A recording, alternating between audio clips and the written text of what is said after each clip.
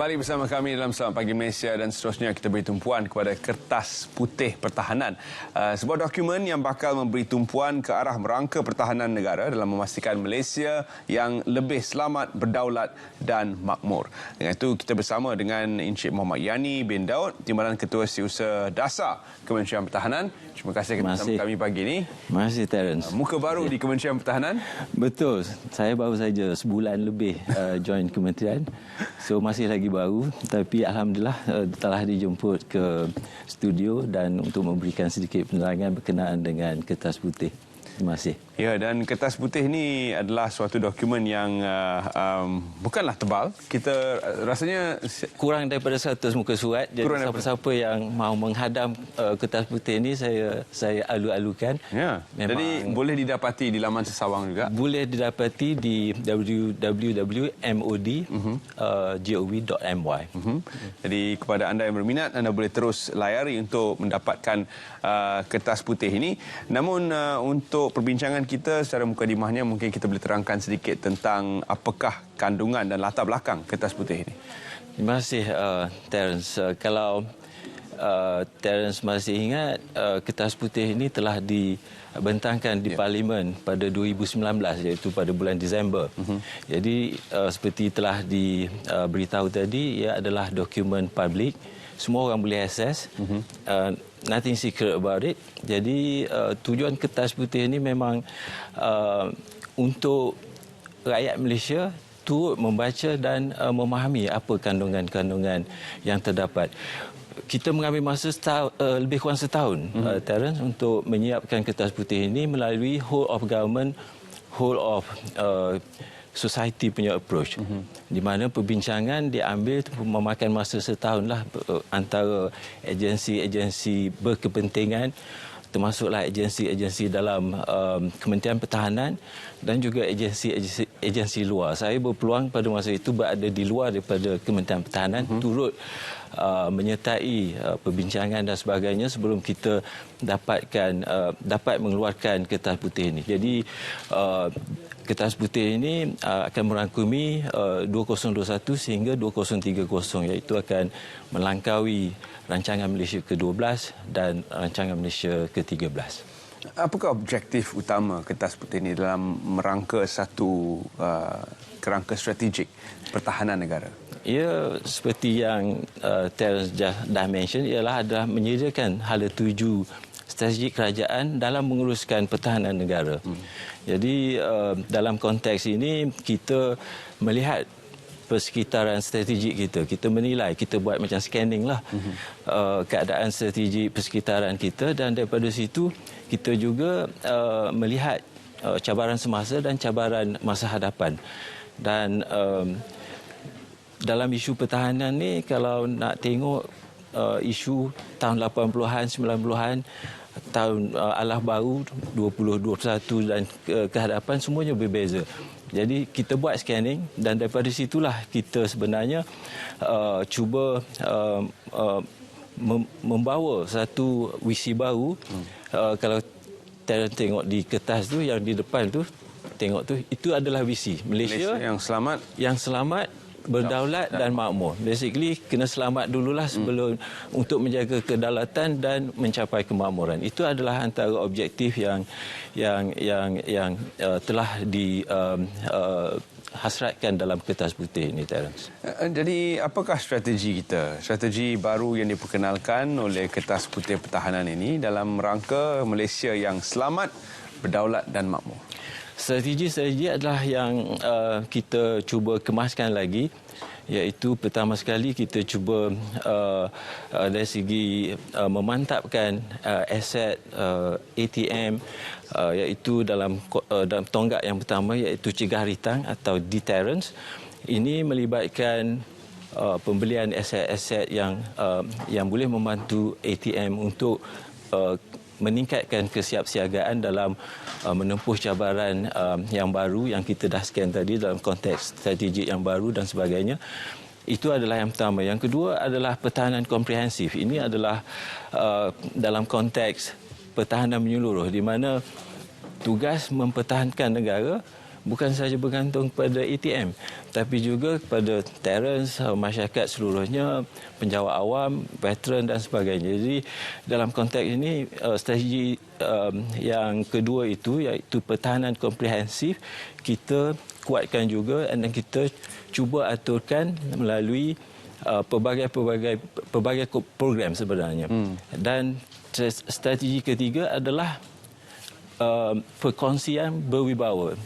Ini dalam konteks kita cuba meningkatkan hubungan bilateral, multilateral dengan negara-negara partners kita, dan juga dalam konteks ini semalam saya ke Puspahanas. Kita melihat kita juga menjadi host kepada kursus-kursus di mana di dalamnya terdapat pelbagai anggota tentera daripada negara luar. Ini juga boleh mewujudkan satu konteks confidence building measures sesama angkatan tentera, sesama kohort yang mereka duduk dalam satu kelas, dan kemungkinan selepas ini mereka akan menjadi pemimpin-pemimpin tentera yang boleh meneruskan konteks. Dalam konteks ini juga di ASEAN, kalau Terence selalu dengar, kita ada pelbagai platform dalam konteks ASEAN. ADMM antaranya yang penting. Menteri Pertahanan duduk di antara anggota-anggota Menteri Pertahanan dalam kalangan negara ASEAN dan juga partners. Dalam konteks ini, platform itu juga adalah penting yang memberikan kita kekuatan sebenarnya untuk berinteraksi dengan negara-negara partners, membina confidence antara mereka dan cuba menjaga keamanan dan kemakmuran bukan sahaja di rantau ini tapi di seluruh dunia. Ya, dan kita mempunyai kerjasama erat dengan negara-negara lain seperti Australia, Singapura, dan membentuk pakatan-pakatan pertahanan dan selalu juga menjalankan kerjasama yang erat, latihan dan sebagainya. Ya, latihan dan sebagainya. Jadi ini merupakan sebahagian daripada kerjasama yang berterusan yang akan dikekalkan melalui Kertas Putih ini. Namun kembali kepada aset, bagaimana KPP ini akan memberi panduan dalam perolehan aset-aset pertahanan seperti Littoral Mission Ship LMS dan juga Light Combat Aircraft atau LCA. Ini juga menjadi tanda tanya rakyat Malaysia. Terima kasih Terence. Dalam Kertas Putih ini kita telah mengkaji berkenaan dengan keperluan untuk mendapatkan aset-aset negara ini bukanlah satu perkara yang boleh dibuat secara ad hoc.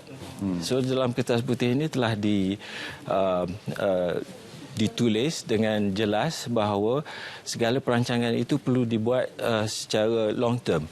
Jadi dalam konteks sekarang ini, Malaysia sebagai sebuah negara maritime, Kertas Putih ini juga turut mengambil kira keperluan semasa, dan dalam konteks LMS dan LCA itu adalah perancangan yang telah dibuat oleh Navy dan juga perancangan yang telah dibuat oleh TUDM dalam CAP 55 mereka, dan dalam Navy dia ada program untuk mengurangkan jenis aset yang mereka ada sekarang, itu daripada 15 kepada 5 jenis sahaja untuk memaksimalkan dari segi penggunaan sumber keuangan dan membaik pulih contohnya. Dalam konteks ini, Kertas Putih ini telah merancang secara jelas untuk membuat projection daripada sekarang sehingga 2030 pembelian aset-aset yang mengikut interest base kita untuk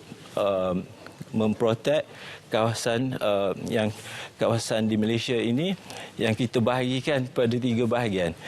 Kira core kita, teras kita adalah semua landmass kita dengan airspace kita termasuk airspace kita, dan yang seterusnya adalah kita juga protect perairan maritime kita, EEZ kita, dan termasuk juga protection hadapan kita.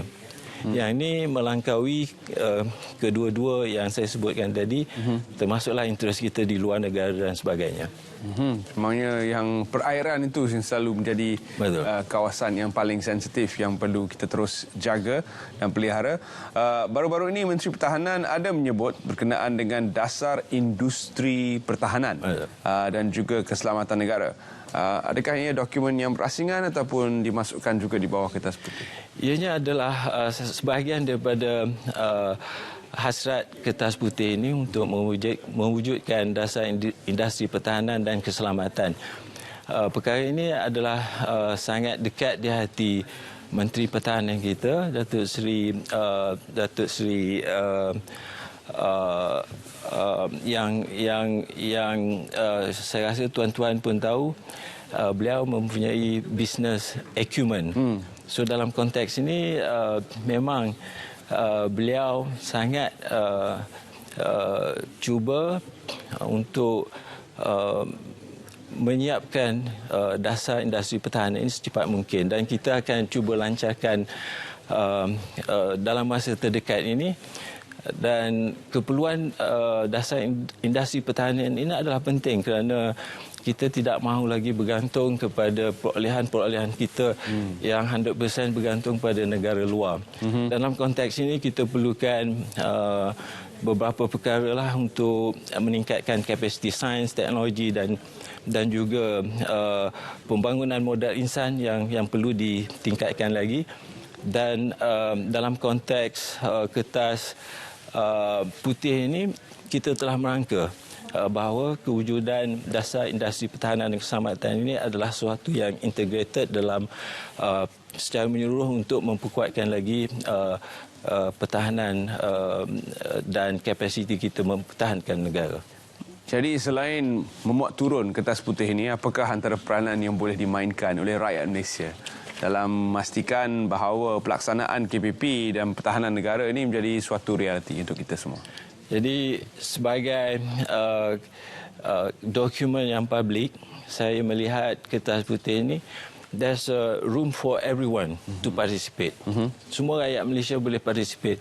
Saya melihat pada parents sekarang ni, kalau tengok konten Kertas Putih ini, mereka telah boleh membuat positioning dari segi career, dari segi future captain of industry, kerana Kertas Putih ini bukan saja melibatkan aspek pertahanan tetapi dalam konteks menyeluruh, iaitu ekosistem yang boleh support industri pertahanan kita. Contohnya industri pertahanan yang memerlukan kepakaran sains dan teknologi. Jadi kita memerlukan kepakaran yang lebih tinggi, dan kita kata soldier of the future adalah smart soldier.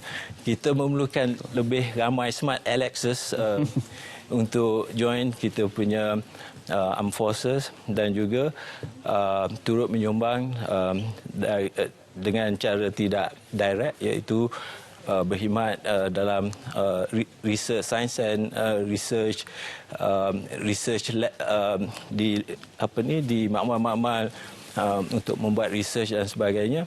Dan selain daripada itu, kita juga berharap penonton-penonton boleh meningkatkan interest untuk cuba melihat Kertas Putih pertahanan kita ini. Dan kita juga akan menganjurkan 5 dalam bulan Mei ini. Jadi itu juga adalah salah satu daripada cara kita untuk meningkatkan interest kepada isu-isu pertahanan. Terence kalau boleh bawa anak atau bawa anak saudara, mereka melihat berinteraksi dengan armed forces kita contohnya, mungkin boleh melahirkan minat, dan insya-Allah dalam masa hadapan berminat untuk menyertai angkatan tentera ataupun terlibat secara tidak langsung menjadi captain of industry, menyediakan peralatan-peralatan pertahanan kita. Terima kasih Encik Muhammad Yani kerana sudi bersama kami, dan kepada para penonton semua, dapatkan kertas putih pertahanan ini yang boleh dimuat turun. Ia adalah dokumen yang sememangnya public dan terbuka untuk semua untuk mendalaminya bagi mengetahui tentang apakah langkah-langkah baru yang akan diperkenalkan oleh Kementerian Pertahanan bagi memastikan Malaysia yang selamat, berdaulat dan makmur. Terima kasih sekali lagi diucapkan. Terima kasih. Sama-sama.